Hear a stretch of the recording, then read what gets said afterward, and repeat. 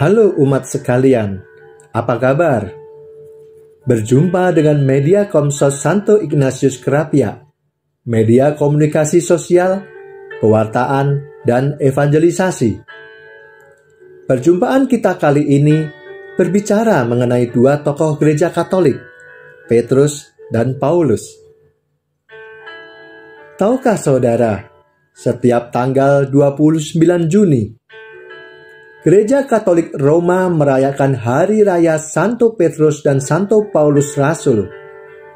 Dua tokoh dirayakan secara bersamaan. Tentunya kali ini kita tidak akan membahas secara pribadi sejarah para rasul. Namun kita akan bahas setidaknya 3 hal yang menarik dari kedua rasul ini. Petrus dan Paulus. Apa yang menarik dari kedua tokoh ini? Yang pertama, Rasul Petrus dan Paulus pernah bertengkar. Di dalam surat Rasul Paulus kepada jemaat di Galatia, diceritakan bagaimana Rasul Paulus menegur Rasul Petrus secara keras, terang-terangan, dan di hadapan umat Antiokhia. Hal ini tercatat di dalam Galatia 2 ayat 11 sampai dengan 21. Wow, Rasul Petrus yang merupakan pemimpin ke-12 rasul, penatua dan gembala kaum beriman di Yerusalem, bahkan pernah hidup bersama-sama dengan Yesus, ditegur oleh Paulus di hadapan banyak orang. Wah, kalau kita mungkin malu dan marah. Tetapi Petrus memang luar biasa. Kualitas imannya teruji. Sebagai seorang pemimpin, dia bukannya marah dan malu, tetapi justru dia memberi kesempatan Rasul Paulus untuk berbicara.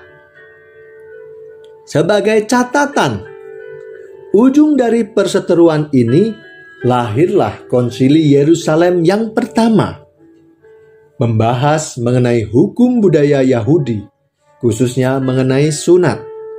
Dibaca ya.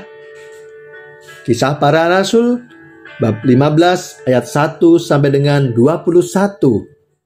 Di sana kita bisa melihat bagaimana ke-12 rasul Paulus dan Barnabas serta penatua menghasilkan kearifan untuk umat Kristen Yahudi dan non-Yahudi.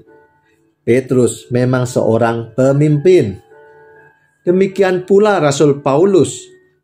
Keberaniannya diiringi dengan ketaatannya menerima apapun hasil sidang Konsili Yerusalem yang pertama.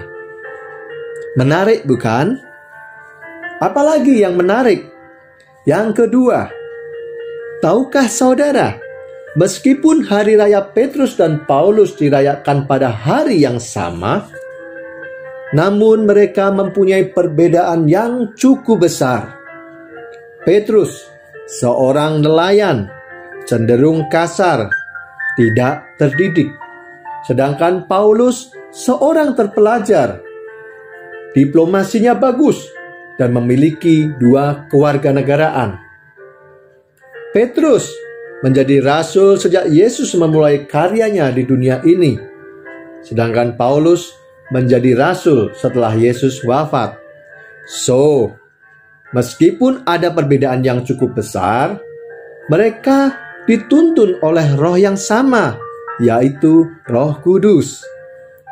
Yang ketiga, hal menarik yang ketiga adalah Rasul Petrus dan Paulus mewarta di tempat yang berbeda, namun wafat di tempat yang sama, yaitu di kota Roma. Rasul Petrus dan Paulus sama-sama mengakhiri pelayanannya dan pewartaannya di kota Roma. Darah martir kedua rasul membasahi tanah Roma, bertumbuh berbuah subur. Roma locuta causa finita. Roma berbicara, perkara selesai. Karena di kota Roma inilah Paus sebagai pemimpin tertinggi gereja Katolik meneruskan tongkat pengembalaan Santo Petrus dengan karisma dan karunia Roh Kudus, seperti yang diajarkan oleh Rasul Paulus dalam surat Galatia dan Korintus. Nah, itulah dua soko guru gereja Katolik, Petrus yang mewakili otoritas dan Paulus yang mewakili karisma dan karunia. Demikianlah tiga hal yang menarik. Tentunya banyak hal yang menarik lainnya. Kita jumpa lagi di topik-topik menarik selanjutnya. Sampai jumpa di media Komsos Santo Ignatius Krapyak, media komunikasi sosial, pewartaan, dan evangelisasi. Tuhan Yesus memberkati.